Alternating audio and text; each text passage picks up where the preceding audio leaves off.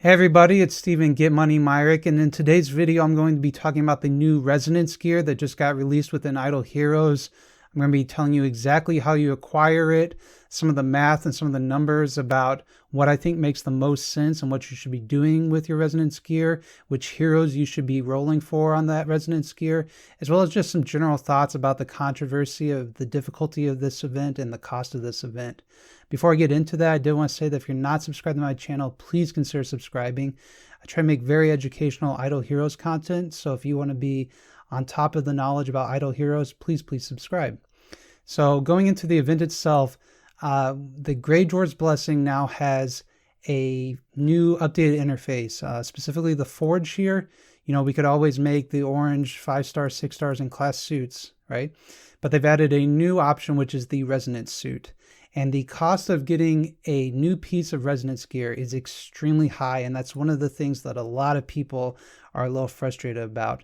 And I'll get into a little bit more about whether that makes sense or not, but you can see within here we can craft a piece of resonance gear.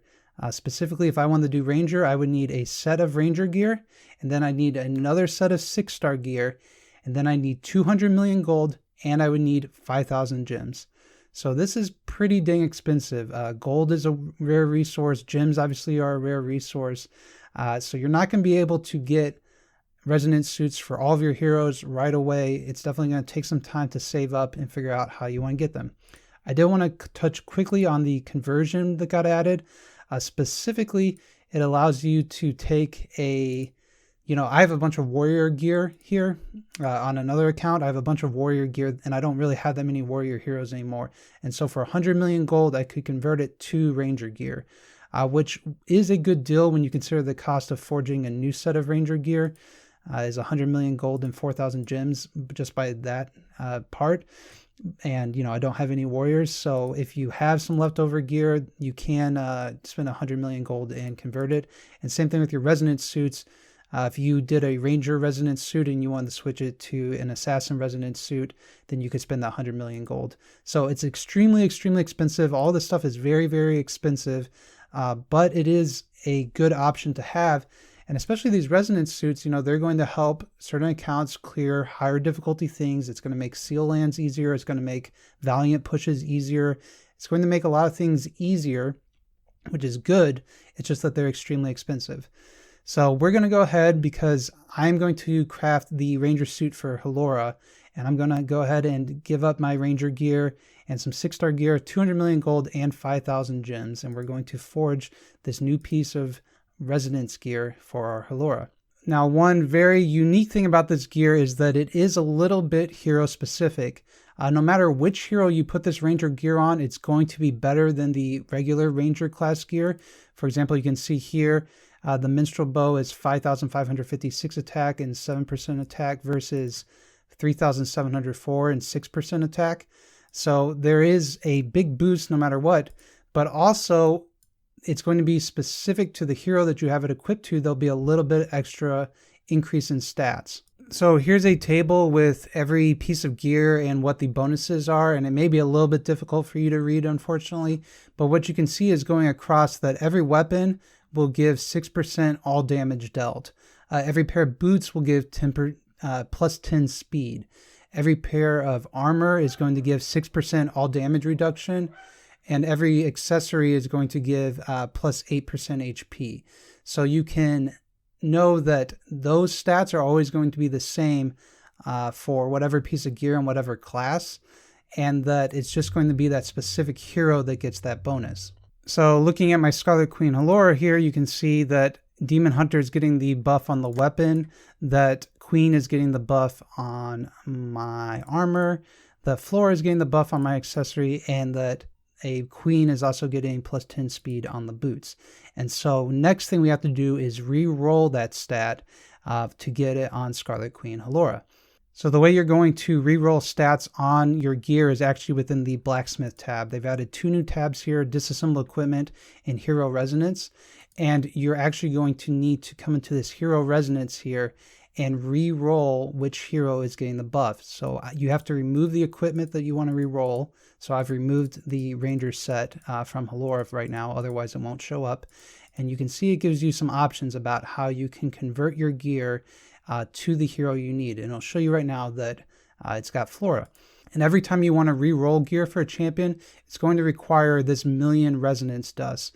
And you'll get that resonance dust by coming into here to this disassemble equipment tab, and you'll be able to take your gear and make dust out of it. So you can see here, if I got this piece of gear gone, I get 14 million dust. So you can come in here and re-roll on it. There are two different options for re-rolling. One of them requires gems and one of them does not.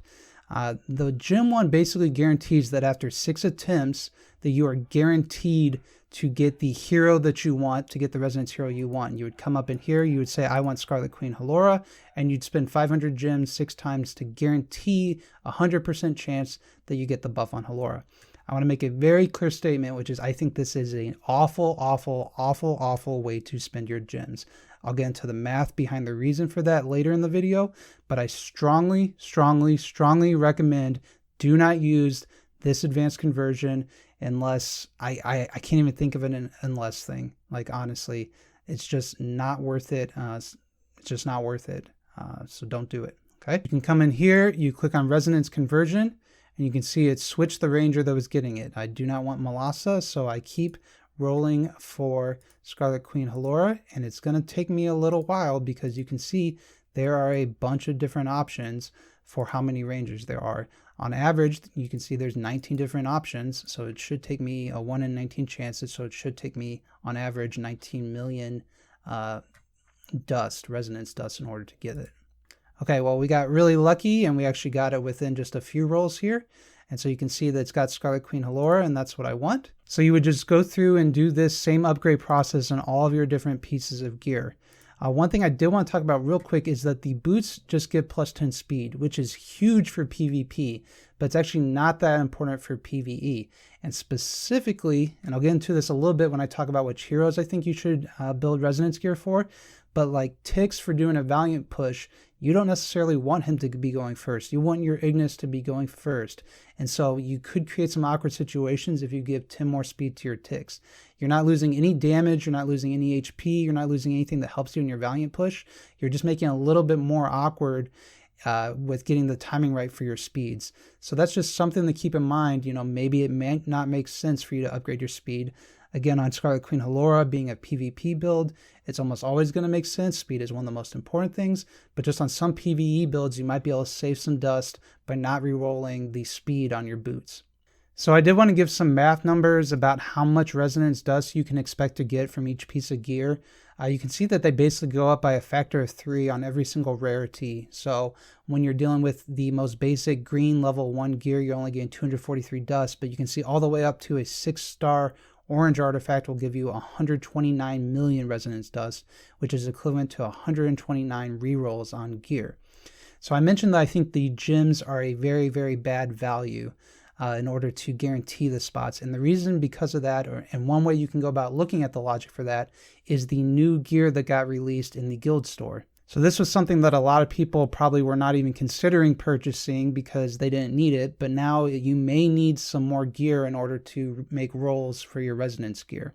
And so I looked at the Guild Solidus cost for 4-star gear and 5-star gear, and essentially what the equivalent Guild Solidus cost is within the guild shop. And what I mean by that is you could buy one 5-star approximately for 7,200 Guild Solidus, and you could buy about 3 5-stars in Guild Solidus for 5-star gear at 21,600. And so we kind of all agreed that the value of a 5-star is between 300 to 500 gems, depending on if it's light or dark and if it's base or whatever. And so you can see how many gems that 5-star gear cost is only 1,238 gems.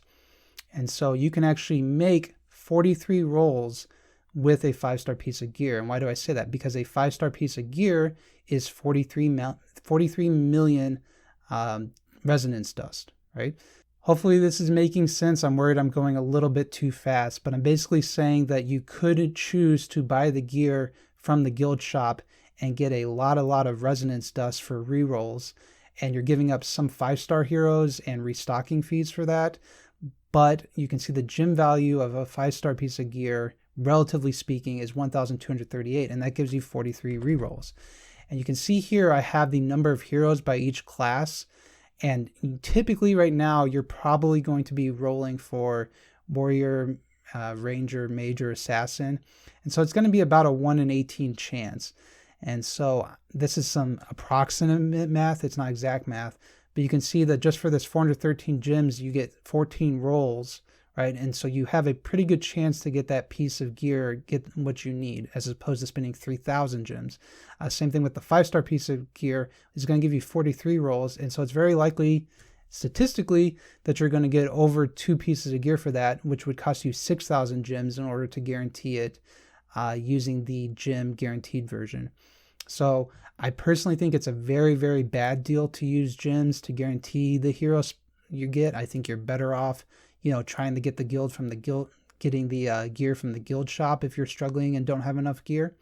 And just remember that the limiting factor is really going to be that 200 million gold and that 5,000 gem cost in order to upgrade the gear. So one of the questions you may be asking is, what is the effect of all of this on split gear? Because in the past, if you want to maximize HP, you would use armor and boots of the class that you wanted, but then you would use the weapon and accessory as just the basic 6-star gear. So I did ask a few of my guildmates to take some screenshots of how their heroes changed when they equipped gear. And so you can see on the left here, we have a Tix that is wearing full resonance gear, and you can see his health is 10.1 million and his attack is 271,000. And on the right here we have a Tix with a resonance weapon and then mage gear, and you can see that their health is 8.2 million and their attack is 261,000. So they've lost more HP and lost more attack. But what you really care about is, what about a resonance weapon with your base 6-star gear, because that's how you typically would prioritize attack in the back. And I can tell you that your attack only changes from 271,000 to 278,000, but your HP drops from 10.1 million down to 7.4 million. So a giant drop in HP for just a very, very small percent increase in attack. Additionally, I had the same question about Sherlock. Here we have 2 different pictures of Sherlock. One is with the full resonance gear on the left, and the one on the right is with a split with, 2-2 split, how you would traditionally max out HP. And what you can see again is that the HP is slightly higher. It goes from 16.7 million to 18 million, but the attack drops all the way down from 191,000 to 133,000. So you're getting a very, very small increase in HP for a drastic fall off in attack that really doesn't make any sense for PvP. Now in PvE modes, it's still possible that you may want to consider, maxing out your HP. For example, in some Valiant pushes or some Defier pushes, maybe your number one goal is just keeping Halora alive as long as possible so she can keep buffing ticks. And so maybe you don't necessarily want to max out her attack, and you do want just whatever gains you can get in HP. But in general, you are going to be better served now to just go ahead and equip all 4 pieces of the Resonance gear. I did want to discuss some of the controversy about this event, specifically the cost of it and how people don't like re-rolling. Some people have said that they'd be better off if we could re-roll all 4 pieces of gear at one time. And I will say I don't agree with that at all, specifically if they were to make the cost 4 million resonance dust. Obviously, if they just made the resonance dust cheaper and it was 1 million and we could do all 4 at a time, then yeah, that's great. But doing 1 at a time gives you more flexibility. And I'm not, amazing at probability, but I do believe that rolling each individually actually gives you a greater benefit, because you have a bigger chance to whiff when you're doing all 4 at one time, and then you automatically lose 4 million as opposed to chance to hit it with 1. I play a lot of Dungeons and Dragons, and I think about dice rolls, and I do think your odds are better, rolling each individually, assuming that the cost would stay the same. But the other thing it allows you to do is determine which pieces of gear you want. Again, I talked about ticks and how I don't actually want more speed on my ticks, right? So if I had to roll all 4 at one time, I would have to get the speed, which I don't want. Or, another situation is assassin gear, where maybe you want to put the weapon on a Thaqua and you want to put the boots and the armor on Rogan for more HP. So those are all just more options it gives you. The other thing is a lot of people are complaining about the cost of rerolling. I don't think the cost of rerolling is really that huge. Yes, it does require resonance dust and it does require gear, but they gave us ways to get more gear. And people are, complain to support. I want to be very clear. If you're going to complain to support about something, please, please, please complain about the dust system. The dust system costs you gold every single time you do it. This doesn't cost any gold, which is like, good, obviously. I've lost 200 million, 300 million gold just trying to get the right stone within the dust stone system, whereas this at least does not cost any gold. So I don't think the re-rolling aspect is as big as some people are making it out to be. I think a lot of people screwed up and used gems and now they've lost a ton of gems. I don't think that's worth it at all either. If you don't have enough gear, just slowly get the gear you can until you can re-roll on the hero you need. You're still going to get a massive boost in benefit just by having the gear, even if it's not for your hero. And so overall, I do like this event. I think people need to treat it more as like this is a pay-to-win artifact, and the amount of power it upgrades your heroes as. It's really going to help accounts clear things easier. And so viewing it more as, well, you don't have to go out immediately and do this on every single hero. It's like, which heroes should you put it on to get the most out of it? And really treating it kind of like a pay-to-win artifact where you have to save up for it for a little bit, but it's going to help you out a lot in the long run. The final thing I wanted to talk about was which heroes do I think you should be putting the gear on, and which ones should you be re-rolling for first. Obviously, your Transcendence heroes, if you have them, I think those make the most sense. They're your most powerful heroes, and they're going to help you clear the most content. If you're a beginner player and you're able to get some of this gear, whichever your first E5 is, that's going to help you clear Aspen Dungeon, help you clear Sill Lands easier. But for me personally, on my other account, I actually did Ticks first, even before Halora, who I have. Because I just wanted as much damage as possible because I'm saving up for that Valiant push. So Halora will definitely be my second one, but I want to get Ticks in there and get as much attack and do as much damage on my Collapse, in Valiant as I possibly can, and in the Void Vortex. So that's where I'm thinking, Transcendence heroes and then Ticks. And then, if you're building a first E5 and you have the gems and you have the gold, obviously the E5 you're building towards, because you can always convert it later as well if you have to. So that's all I have in this video. If you have any questions at all, please make sure to leave a comment below, as I have this event pretty well figured out at this point, I believe. A big thank you to all my guildmates, especially to those that provided screenshots and provided information, and my European buddies who had time to figure this out. So when I woke up in the morning, it was all taken care of. I really appreciate that support system. Apologies that I couldn't get this video out any earlier, but I really wanted to make sure I knew everything I was talking about and give as much information as possible. But that's all I have in this video, and I'll see you in my next one. Bye.